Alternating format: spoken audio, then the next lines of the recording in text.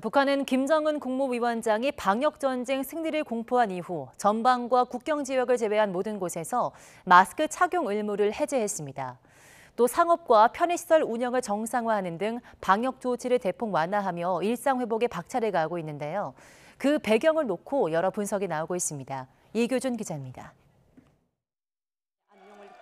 조선중앙통신은 국가비상방역사령부가 그동안 내린 명령과 특별 지시 등의 효력을 정지시켰다고 보도했습니다. 지난 10일 전국 비상방역총화회의에서 최대 비상방역체계를 정상방역체계로 전환하기로 결정한 데 따른 것입니다. 국가비상방역사령부에서는 방역 등급이 하향 조절된 데 맞게 각국 비상방역 단위들의 구집행을 위한 지시를 시달하였습니다. 지시 중요한 내용의 하나는 마스크 착용의 의무화를 해제한 것입니다. 이 같은 조치는 전방과 국경 지역의 시군들을 제외한 모든 지역에 적용됐습니다. 방역학적 거리두기 해제와 함께 상업 편의 봉사시설의 운영시간 제한을 해제하고 국가적인 답사와 요양관광 등도 정상화하기로 했습니다.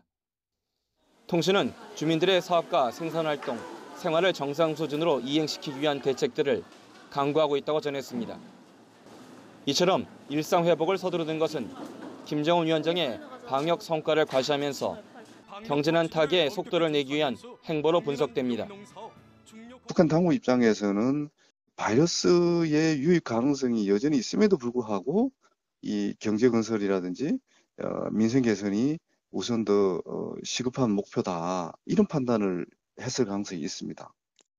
북한은 방역 조치를 완화하면서도 코로나19 유입 경로라고 주장해온 남측 접경 지역과 확산세가 여전한 중국과의 국경 지역에선 마스크 착용 등 고강도 방역 기조를 유지하고 있습니다.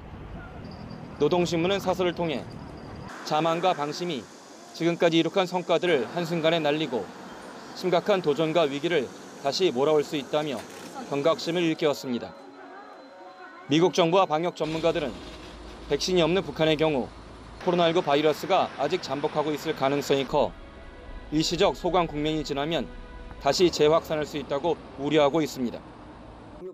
YTN 이교준입니다.